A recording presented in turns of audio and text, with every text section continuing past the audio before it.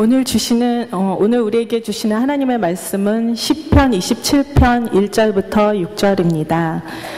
제가 가진 성경책은 819페이지입니다.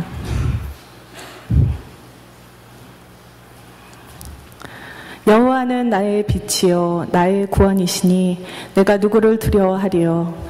여호와는 내 생명의 능력이시니 내가 누구를 무서워하리요.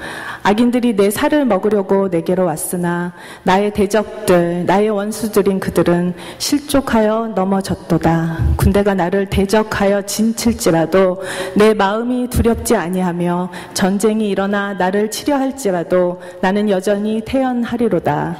내가 여호와께 바라는 한 가지 일 그것을 구하리니 곧 내가 내 평생에 여호와의 집에 살면서 여호와의 아름다움을 바라보며 그의 성전에서 사모하는 그것이라.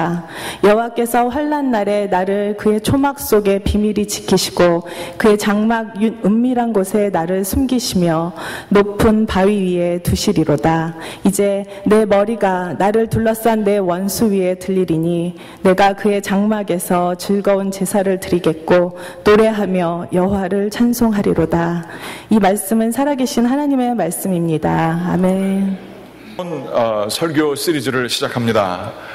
살아계신 하나님을 알아가기라고 하는 제목입니다. 그 중에서도 특별히 오늘 그분의 아름다우심에 대해서 잠깐 말씀을 나누도록 하겠습니다. 여러분은 하나님을 얼마만큼 아십니까? 성경에서 이야기하는 안다라고 하는 것은 교회 좀 다녀보시면 알지만 그냥 일상적인 용어 그 이상의 것입니다. 지적인 암, 이것은 큰 한계가 있지요. 성경에서 얘기하는 알은 인격적인 매우 은밀하고 내밀한 교제, 깊은 교제를 의미하는 것입니다. 신앙생활을 오래 하지만 마치 다른 의미 없는 종교적인 습관처럼 전혀 하나님과의 살아있는 인격적인 교제가 전무한 상태에서 살아갈 수 있습니다. 제임스 패커라고 하는 하나님을 아는 지식이라고 하는 아주 영적 고전서를 쓴 분이 계십니다. 그분이 그 책에서 이런 얘기를 하셨습니다. 우리는 하나님을 많이 알지 못하면서도 하나님에 대해서는 많은 것을 알 수 있다. 정말 그렇습니다. 하나님에 대해서 여러 가지 성경 구절과 여러 가지 많은 어렸을 때부터 배워온 것들을 알 수 있지만 하나님과의 인격적인 교제가 살아있지 않는 분들은 하나님을 과연 아는 것일까요?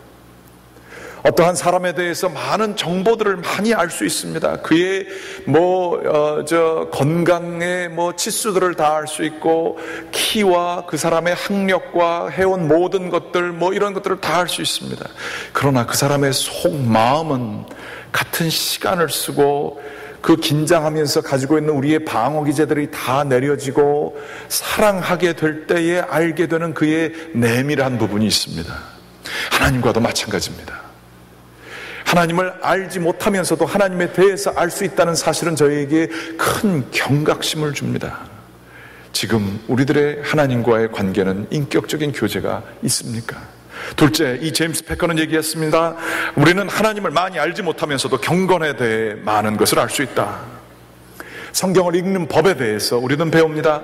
교회를 좀 다니면 11조 드리는 법을 배우게 됩니다. 헌신하는 법, 봉사하는 법을 배우게 됩니다. 혹은 더 나아가서 열심히 헌신하면 안 되니까 적당히 헌신하는 법도 배우게 됩니다. 방언을 하는 법, 이런 것들도 배우게 됩니다. 교회에서 눈에 띄지 않고 살아가는 법, 이런 것도 배우게 됩니다. 여러 가지 각자의 교회들에 대한 여러 가지 것들을 배우게 됩니다. 그러한 배움들이 우리 가운데에서 서로 나눠집니다. 교회에서는 남의 눈에 띄면 안 된다, 이러한 것들을 서로 얘기하신다는 말씀을 제가 듣습니다. 잘못 눈에 띄고 앞장섰다가는 총 맞는다, 이런 얘기도 듣습니다. 이러한 교회의 여러 가지 이야기들을 다 듣습니다만 그 모든 것들은 경건에 대한, 교회 생활에 대한 모든 것들은 하나님을 아는 것과는 전혀 무관한 것입니다.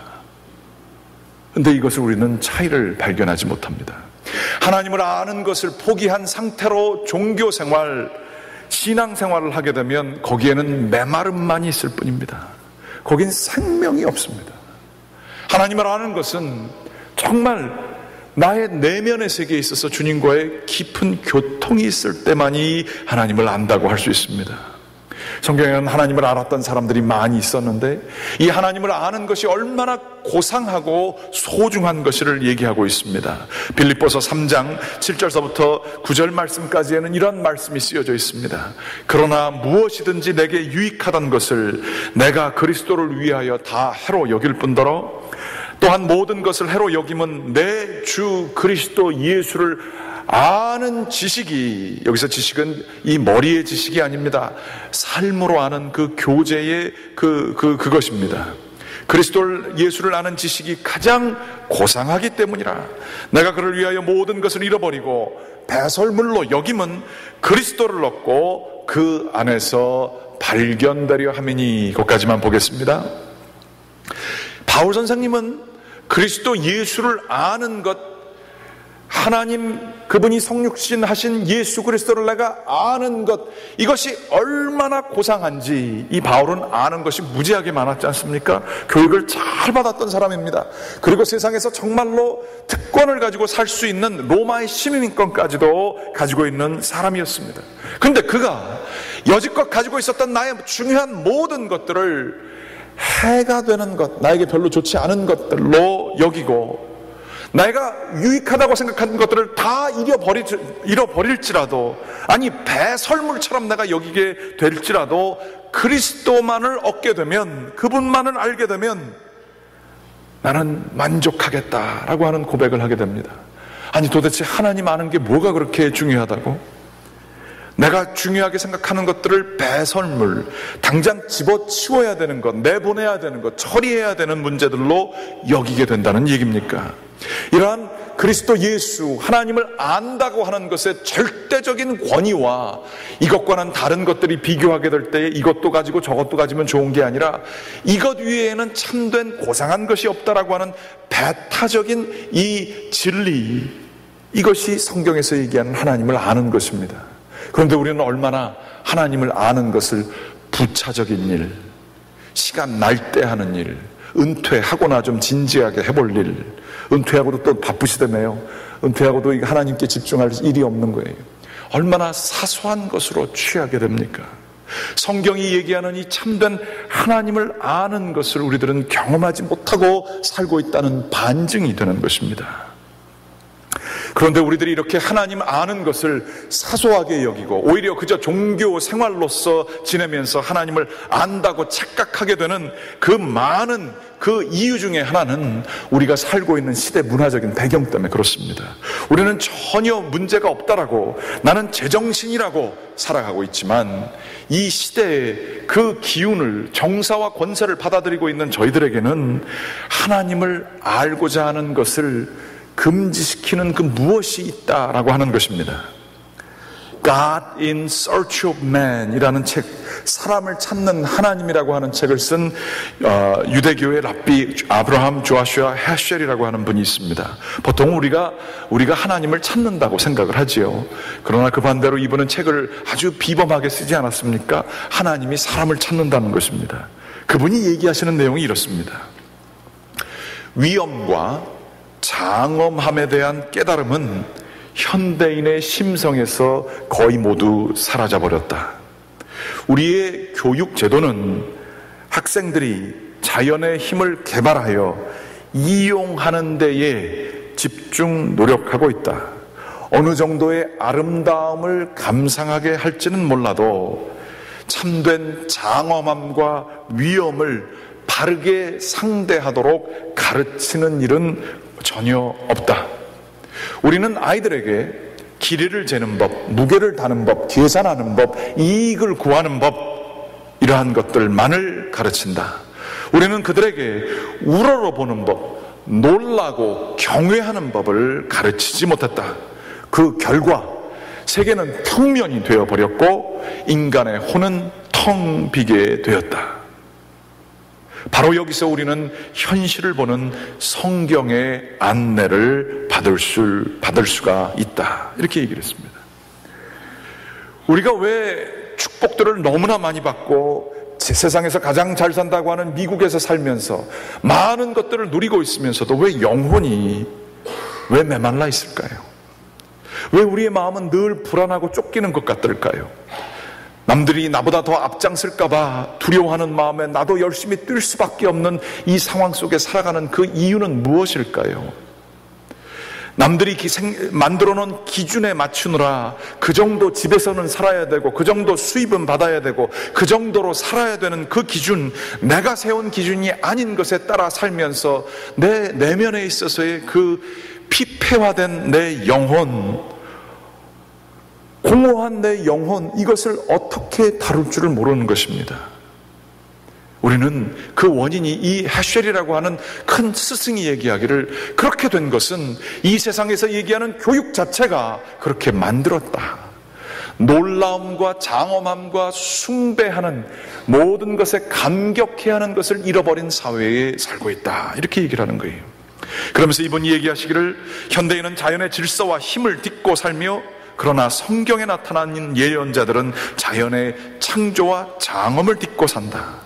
현대인들은 이 자연의 그 이치들을 가지고 어떻게 이용할까만 살며, 예언자들은 자연의 창조와 장엄함을 느끼면서 산다는 것이죠. 전자는 손으로 조작할 수 있는 우주의 면을 주목하고, 후자는 우주의 신비스러운 면을 주목한다. 이렇게 얘기를 했습니다. 얼마나 맞습니까? 데카르트는 근대를 시작하면서 나는 의심한다, 고로 존재한다, 이렇게 얘기를 했습니다. 이것이 현대 문명의 시작입니다. 의심을 하고 끊임없이 따지면서 이게 진짜일까 아닐까 따지는 그 나의 이성, 이것이 최고의 권위로 받아들여지는 세상에 살고 있습니다. 심지어 교회에 와서도 이 교회는 어떻다, 저 교회는 어떻다라고 하는 판단이 저희를 주도합니다. 저 목사의 설교는 어떻다, 이 목사의 설교는 어떻다라고 하면서 끊임없는 판단으로 모든 것들을 내 이성으로 판단하게 되는 것입니다. 하나님을 감동하고 감탄하며 그를 그 장엄함에, 그 사랑의 아름다움에 감동받기를 기대하는 것이 예배일진데, 전혀 그런 기대가 없이 임하는, 아주 이 시대가 저희에게 준 이 차갑고 기술적인 이성에 우리들이 팔려 있다라는 사실인 것입니다. 헤셜은 계속 이어가면서 얘기합니다. 성경에는 놀라움을 나타내는 표현은 많지만 의심을 나타내는 단어는 없다. 우리가 의심에서 출발하여 판단에 이르듯이 성경은 놀람에서 출발하여 실제 하나님을 만나게 된다. 성경의 장엄함에 대한 감각은 의심의 힘을 압도하고 있다.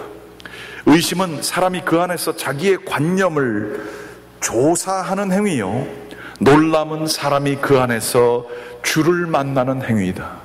모든 것을 판단하고 비판하고 이거는 어떻다, 저거는 저렇다, 이거는 좋다 나쁘다라고 하는 그 모든 그러한 것들, 이러한 것들은 조사하는 행위요, 놀라면서 이거구나 감탄하는 이 행위는 그 안에서 주님을 만나는 행위라는 것입니다. 그러면서 얘기하기를, 의심하는 회의주의는 교묘한 독단과 자기만을 의존하는 것의 파생물이다. 의심한다는 얘기, 끊임없이 이건가 아닌가 재려고 하는 이 모든 자세는 자기만을 의존하고 교묘하게 자기는 객관적인 것 같지만 독단적인 요소만이 그 안에 있다는 거예요. 그러나 예언자에게는 독단이 없고, 성경에 나타난 시인들에게는 자기 의존이 없다. 성경에는 자기 맘대로 하는 게 없는 거예요. 교묘하게 자기 입장을 절대적인 권위에 놓는 게 없는 거예요. 하나님 앞에서 자기를 내려놓는 겁니다. 시인은 자기를 의존하는 게 아니라 하나님께 의존하여 자기를 온전히 내맡기는 것입니다. 그러면서 이 헤셜은 이렇게 얘기합니다. 성경의 사람은 결코 하나님이 계신가를 묻지 않는다. 그런 질문하는 것 자체가, 그 질문 속에 하나님이 계시다는 태도와 하나님이 계시지 않다는 태도 가운데 어느 것이 참된 것인가 라고 하는 의심이 함축되어 있기 때문이다. 즉 하나님이 계신가 안 계신가를 물어보는 그 자세에는 제3에 보이지 않는 태도, 의심을, 놀라운 권위를, 의심의 권위를 의심이라고 하는 태도를 용납하는 것이 되어버리는 것이다. 성경은 의심을 하나의 절대적인 태도로 취급하지 않는다. 이렇게 얘기를 합니다. 하나님을 믿는 사람들은 기본적으로 하나님이 계신가 안 계신가를 물어보지 않는다는 거예요. 그거를 물어보는 자체가 이 시대에 우리가 얼마나 물들어 있는가를 보여주는 거라는 거예요. 하나님은 우리를 압도하시는 분이시고, 하나님은 온 세상에 충만하시는 분이시고, 하나님을 우리가 못 느끼는 이유는 너무나 가까이 계시기 때문에, 너무나 크시기 때문에 못 느끼시는 것이지, 계시느냐 안 계시느냐 따지는 그 자체가, 그 문명 자체가 바로 의심을 최고의 권위에 두는 그 은밀한 음모가 있다라는 사실인 거예요. 우리는 하나님을 알기 위해서 이 세대의 도구로부터 디톡스 돼야 합니다. 우리는 내 심령이 디톡스 돼야 되는지를 깨달아야 합니다. 도구로 가득한 이 세상에서 발악하면서 살아가고 있는 저희의 심령이 우리가 치유받아야 됨을 깨달아야 합니다. 감탄이 사라지고 감동이 사라지고 장엄함과 아름다움을 느끼는 것이 사라진 이 시대에 우리는 예수 그리스도의 이 말씀을 집중해서 듣지 않을 수가 없습니다. 이 세대는 듣기는 들어도 깨닫지 못하며 보기는 보아도 알지는 못하는도다. 많은 정보들은 가지고 있을지 모르지만, 바쁘게 살며 많은 것들을 다룰지 모르지만, 참된 그것, 그 하나의 것을 보지도 못하고 깨닫지도 못하고 알지 못하는도다. 성경은 이런 사람들을 일컬어서 여러 표현이 있지만 이런 표현을 씁니다. 마음이 굳은 자들, 마음에 화인받은 자들, 마음에 할례받지 못한 자들, 마음에 기름기 낀 자들. 이러한 굳어진 마음은 하나님께로 우리를 이끌지 못하고, 회개해야 될 때도 끊임없이 자기 합리화를 하고 끊임없이 비판을 하고 있는 화인받은 자들이기 때문에 이것이 바로 죄의 뿌리가 되는 것입니다. 이거를 알 때에 우리는 그래서 내가 하나님과의 관계가 이게 안 됐구나 라는 것을 깨닫게 되는 거예요. 하나님, 내 마음속에 부드러운 심령을 허락하여 주시옵소서. 눈물을 흘릴 수 있는 거예요. 이 바쁘고 소유가 전체인 것처럼 착각하게 만드는 이 세상에서 나를 좀 치유해 주시옵소서. 하나님만이 나의 최고, 하나님을 아는 것이 나의 최고의 바람입니다 라고 하는 고백이 우리 가운데 있어야 하는 것입니다. 예수님이 제일 싫어했던 사람들이 바리새인들이었습니다. 너무나 많이 알아서 예수님이 하나님의 일을 하고 계심에도 불구하고 따지고 있어요. 이건 신성 모독인데, 이건 저건데 라고 하면서 따지고 있는 거예요. 그런데 예수님이 가장 좋아하는 사람은 누구지요? 어린아이입니다. 어린아이는 감탄할 준비가 돼 있습니다. 신비하고 경외스러운 것에 대한 감탄이 이 어린아이들의 특성인 것입니다. 어린아이와 같이 되지 아니하고는 하나님 나라에 들어갈 수 없다는 그 말씀이 거기에 있는 것입니다. 제가 이것을 깨닫게 된 것은 저희 딸을 데리고 한번 가을날에 산 위에 갔을 때입니다. 그 딸이 한 2살, 3살 돼서 한다는 말이 이거 이제 배우기 시작할 때입니다. 그런데 이 아이가 전혀 다른 단어를 산 위에 올라가서 그 계곡에 아름다운 빨갛고 노랗고 주황색이고 아주 아름다운 색깔들로 쫙 펼쳐진 산을 보면서 노가 아닌 단어를 했습니다. 그건 뭐였냐? 와우였습니다. 이 아이가 보면서 와우 그러는 거예요. 그러니까 2-3살짜리가 이거 와우 하는 거 보고서는 저희는 그 아이를 보면서 와우 했죠. 얘 이런 것도 할 줄 아네. 이게 참 신기하네. 그러면서 은혜를 받았습니다. 그런데 바쁜 일이 있다고 저희는 그 아이를 10분 만에 차에 집어넣고 다른 데로 가려고 그랬습니다. 그랬더니 요거를 이렇게 그 버클을 매려고 딱 하는데 얘가 몸부림을 치면서 뛰어나와서 또 산을 보면서 와우 하는 거예요. 너무 놀라웠었습니다. 모든 우리 인간의 영혼에는 하나님의 형상이 있어서 감탄하는 게 자연스럽습니다. 감탄이 있는 삶은 살아있는 삶입니다. 그런데 인생의 무거운 짐과 어려운 삶의 도전들이 우리를 감탄하지 못하게 합니다. 최근에 울어보신 게 언제세요? 최근에 마음이 너무나 기뻐서 춤추고 싶었던 때가 언제세요? 그거 하신 지 오래됐으면 디톡스 하셔야 됩니다. 디톡스 주스 말고 영적인 디톡스를 해야 됩니다. 감탄이 살아있고 기쁨이 살아있는 상태, 영혼이 말랑말랑한 상태가 하나님을 알 수 있는 준비 상태인 것입니다. 오늘 말씀에 보게 되면 다윗은 인생의 고생과 수고로 가득 찬 사람이었습니다. 오늘 고백에서 보시는 것처럼 내가 누구를 무서워하리요 그렇게 되어 있지만 2절 말씀에 보게 되면 악인들이 내 살을 먹으려 하고 있고 내게로 왔으니 나의 대적을, 나의 원수를, 이런 표현들이 나와 있어요. 그렇습니다. 다윗은 대단한 성공과 영광을 맛본 사람이기도 하지만 그 반면에 수많은 전쟁을 치렀어야 되는 위협 속에서 살았었고요. 심지어 자기 형제들의 시기를 받았고요.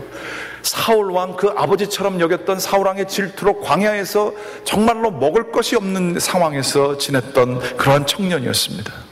나이가 들어서는 요압 장군이라고 하는 자기가 가장 믿어야만 하는 그러한 신하에게 교묘한 배신을 끊임없이 당하게 됩니다. 그래서 마음이 불편한데도 어쩔 줄 몰라가면서 살아갑니다. 또한 가장 비참했던 순간은 자기의 사랑하는 압살롬이 자기의 자리를 찬탈하여서 폐장병처럼 어깨를 쭉 늘어뜨리고 예루살렘에서 쫓겨나는 신세까지, 자기 아들에게 쫓겨나는 신세에 놓여진 아버지가 된 사람이 다윗입니다. 이 다윗이 얼마나 인생을 전쟁처럼 살았어요. 그런데 놀랍게도 4절 말씀에 보게 되면 다윗이 이렇게 전쟁과 같은 상황 속에 하나님을 의지한다는 것 자체는 이해가 되는데, 이 사람이 하는 얘기가 4절 말씀에 내가 여호와께 바라는 것, 이 모든 것들을 다 겪었지만 여호와께 바라는 게 딱 한 가지가 있습니다. 내가 여호와께 구하는 것은 늘 싸움에서 이기게 해주십시오. 재정적인 안정이 있게 해주십시오. 일들 잘 해결하게 도와주십시오. 관계의 문제 해결해 주십시오. 육신적인 질병 해결해 주십시오. 이게 아니라 여호와께 구하는 것 딱 한 가지, 그것은 바로 내 평생에 여호와의 집에 살면서 하나님의 아름다움을 바라보게 해주십시오. 이게 소원이라는 거예요.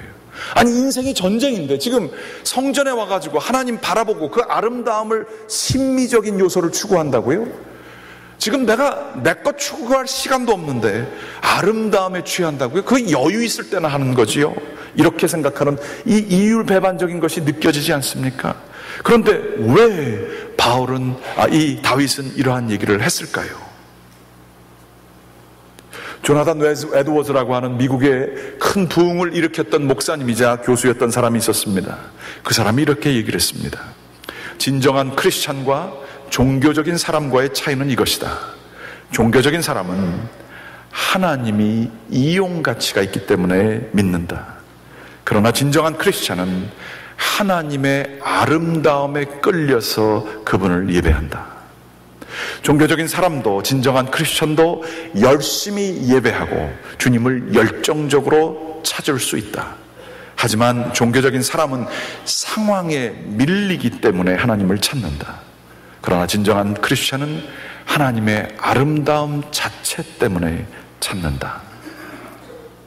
이 표현이 뭐냐면요, 우리 성경에 나타난 표현이지만 하나님이 나의 분기십니다. 하나님이 나의 상급입니다. 하나님 외에는 내가 다른 것이 하나 필요 없습니다. 하나님만이 나의 가장 원하는 그분이십니다. 그 표현이에요. 그러나 종교적인 사람들은 하나님이 축복을 주시기 때문에 병을 낫게 해주시고 관계를 회복시켜 주시고 재정적인 안정을 주시기 때문에 하나님을 찾는 거예요. 이게 종교와 하나님을 아는 사람과의 큰 차이인 것입니다. 다윗은 하나님의 아름다움을 알았던 사람이에요. 인생의 고난이 너무나 많았기 때문에 오히려 더 하나님의 아름다움이 줄 수 있는 축복을 더 알았던 사람인 것입니다. 여유가 있어서 심미적인 것을 찾은 사람이 아니라 하나님의 장엄하시고 위대하시고 아름다우신 것을 경험하게 될 때에 이 세상의 모든 도전들을 이길 수 있는 그 체험이 있었던 사람이기 때문에 이 말씀을 한 것입니다. 하나님이 필요해서 찾은 것이 아니라 하나님 안에 온전히 거하게 될 때에 문제가 되지 아니하는 상황에 취해진 적이 있기 때문에 자기가 바라는 것이 하나님만을, 그분의 아름다움만을 내가 사모하게 하여 주시옵소서 얘기할 수 있었던 것입니다. 그러면서 얘기 나타나는 5절 말씀이 있죠. 5절 말씀에 보게 되면 이게 바로 그 얘기입니다. 5절 말씀 좀 보여주십시오. 여호와께서 환난날에 나를 그의 초막에서 비밀히 지키시고 그의 장막 은밀한 곳에 나를 숨기시며 높은 바위 위에 두시리로다. 이제 내 머리가 나를 둘러싼 내 원수 위에 들리리니. 원수들이 있는데 아직도 이 문제가, 우리가 기도하면 보통 원하는 게 이 원수들이 다 없어지게 되는 걸 원하죠. 그렇지만 하나님의 아름다움을 그 경험한 자들에게 있는 축복은 원수는 그냥 있어요. 그러나 그대의 머리 위에 내 머리가 취하게 된다는 거예요. 내가 그의 장막에서 즐거운 제사를 드리겠고 노래하며 여호와를 찬송하리로다. 이게 놀라운 하나님만을 상급으로 여기는 자의 능력이 여기에 나타나는 것입니다. 저도 미천한 경험이지만 목회를 하면서 주님 앞에 새벽제단에서 열심히 기도했던 때가 있습니다. 눈물 콧물 흘리면서. 눈물만 흘리는 거는 그렇게 간절한 기도가 아니더라고요. 정말 간절하면 콧물도 같이 나오더라고요. 눈물 콧물 흘리면서 기도를 열심히 했었습니다. 하나님, 좀 어떻게 좀 해보십시오. 나 이거 혼자 감당 못하겠습니다. 어떤 길로 가야 되겠습니까? 어떻게 좀 해보십시오. 그런데 놀랍게도 하나님께서 그냥 가만히 있을 때는 안 되더라고요. 간절하게 사슴이 시냇물을 찾듯이 간절하게 주님을 찾게 되니까 그 좀 어려울 때 하나님 만나게 되는 거예요. 세상이 주는 안전이 독소가 되는 이유가 여기 있습니다. 그렇게 기도할 기회가 없거든요. 하나님께 간절히 간구하게 될 때 하나님이 저에게 어떤 이미지를 보여주셨어요. 그 이미지는 예수 그리스도가 서 계신데 그분의 발인 것 같은데 발은 너무 커서 모르겠고요. 옷자락이 저 위에 보니까 있는 것 같고요. 쭉 예수님의 그 서 계신 모습이 너무 장엄하고 커서 제가 기도를 몸을 웅크리고 하다가 이렇게 들고 하게 됐습니다. 손을 필 수밖에 없었습니다. 그러면서 자연스럽게 찬양이 나왔습니다. 아, 하나님은 광대하십니다. 아, 예수 그리스도 그분은 위대하십니다. 내 생각을 뛰어넘어 계시는 분이십니다. 그런 찬양을 하지 않을 수가 없었습니다. 그런데 놀랍게도 그 속에 빠져들어가는데 기쁨이 생기더라고요. 문제는 여전히 그대로 있고 내 원수들과 내 대적들이 둘러섰다라고 하는 그 표현처럼 어려움은 그대로 있지만 하나님을 그 가운데에서 찬양하게 될 때에 제 마음속에 해볼만 하더라고요. 문제 중심이 아니라 하나님 중심이 되게 될 때에 나타나는 놀라운 능력이 있음을 여러분 믿으시기 바랍니다. 1885년 찰스 스펄전이라는 목사님이 그 부흥을 인도하시면서 이러한 설교를 하셨습니다. 오, 그리스도를 묵상하는 것에는 모든 상처를 치유하는 치유제가 있습니다. 하나님 아버지에 대한 명상에는 모든 상처를 치유하는 능력이 있습니다. 성령님의 감화력 안에는 모든 아픈 곳을 잊게 하는 진통제가 있습니다. 여러분의 슬픔을 잊고자 하십니까? 여러분의 염려를 잊고자 하십니까? 그렇다면 신성의 하나님의 깊고 깊은 바다에 잠겨 보십시오. 하나님의 광대함에 몰두해 보십시오. 그러면 여러분은 안식처에서 나오는 것처럼 기운을 차리고 생기가 돌아서 나오게 될 것입니다. 하나님을 아는 사람들은 하나님 안에서 커다란 만족을 얻습니다. 자신이 하나님을 알고 하나님이 자신을 알고 그리고 이 관계가 이 삶 속에서뿐만 아니라 죽음을 뛰어넘어서도 계속 된다는 확신이 있게 될 때에 그들에게는 두려움이 사라지게 됩니다. 로마서 3장 38절 39절 말씀, 만일 하나님이 우리를 위하시면 누가 우리를 대적하리요? 누가 우리를 그리스도의 사랑에서 끊으리요? 내가 확신하노니 사망이나 생명이나 현재일이나 장래일이나 우리를 우리 주 예수 그리스도 안에 있는 하나님의 사랑에서 끊을 수 없느니라. 담대함이 생기는 거예요. 하나님을 찬양하는 자에게 주어지는 능력입니다. 요한 웨슬레 목사님 얘기했습니다. 주님, 내가 살든지 죽든지 그것은 내가 상관할 바가 아닙니다. 당신을 사랑하고 섬기는 일이 나의 몫이니 주의 은혜로 이것을 주시옵소서. 인생이 길면 나는 기뻐하리니 그건 내가 오랫동안 순종할 수 있기 때문입니다. 인생이 짧다 해도 왜 내가 슬퍼하겠습니까? 끝없는 주님에게로 제가 날아오르는데 말입니다. 이렇게 표현했어요. 사는 거 죽는 거가 전혀 중요하지 않게 되는 그 확신, 그것은 바로 영원하신 하나님의 아름다우심에 온전히 빠져져 있는, 사랑은 두려운 것을 내쫓느니라라고 하는 말씀처럼 온전한 사랑 속에 들어가게 되었을 때 죽음도 두려우지 않게 되는 그 상황 속에 거할 수 있게 되는 것입니다. 원하고 기도를 드립니다. 다른 차원을 사시기 바랍니다. 이 세상의 차원이 아니라 주님의 차원으로 하나님을 알아가며 주님의 아름다움 속에 빠지면서 다른 신비한 차원으로 들어가시기 바랍니다. 하나님의 감탄하시는 여러분들 되시기 바랍니다. 하나님 정말 대단하십니다라고 하는 찬양이 진실한 우리의 찬양이 되게 되기를 간절히 기원합니다.